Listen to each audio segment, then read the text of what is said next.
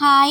না, আপনাদের মাথা খারাপ করার জন্য এই ভিডিওটা আরেকবার দিচ্ছি না, বারবার দিচ্ছি না। এই পাঞ্জাবিটা আমি কিভাবে রেডি করেছি সেটাই আপনাদের কাছে তুলে ধরেছি, যে একটা শিল্পী কত কষ্ট করে পাঞ্জাবিটা তৈরি করে, তাদের সেই অনুযায়ী দাম রাখে।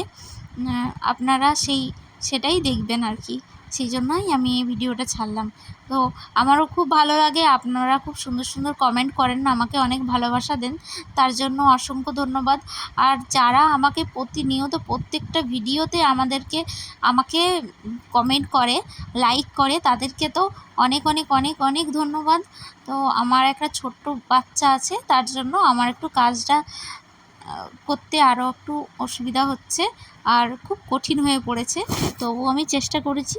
তো এই পাঞ্জাবিটা অর্ডার এসেছে সুদূর জিজিরা থেকে, আমার একটা বোন অর্ডার করেছে। তো ওই বোনের ছোট্ট একটি বাচ্চা, তার অন্নপ্রাশন, সেটাই আমি তৈরি করছি।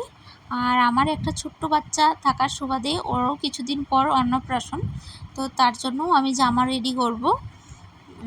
আর আপনারা দেখছেন তো কিভাবে আমি এই কাজটা করছি, একবার করে উঠে যাচ্ছে, একবার করে কাঁদছে, খেলছে, কী যে করছে, সেই অবস্থাতেই আমি কাজটা কমপ্লিট করেছি। তাছাড়া তো কিছু করার নেই, কাজ করলে তো কাজ করতেই হবে। কাজের অর্ডার নিলে আমি এই অর্ডারটা নিয়েছি, তাই কাজটা করলাম সুন্দরভাবে। আর এই পাঞ্জাবিটা সাদার মধ্যে লাল করতে বলেছিল, ওদের পছন্দ মতোই আমি পাঞ্জাবিটা করছি, ওরা কালার চয়েস করছে, কিন্তু কলকাটা পুরো আমার নিজের ডিজাইন। ওরা বলেছে যে না, তোর যা ভালো লাগে সেটাই করবে, তো সেটাই আমি করছি। আর ওদের কোনো ইয়ে হয়নি।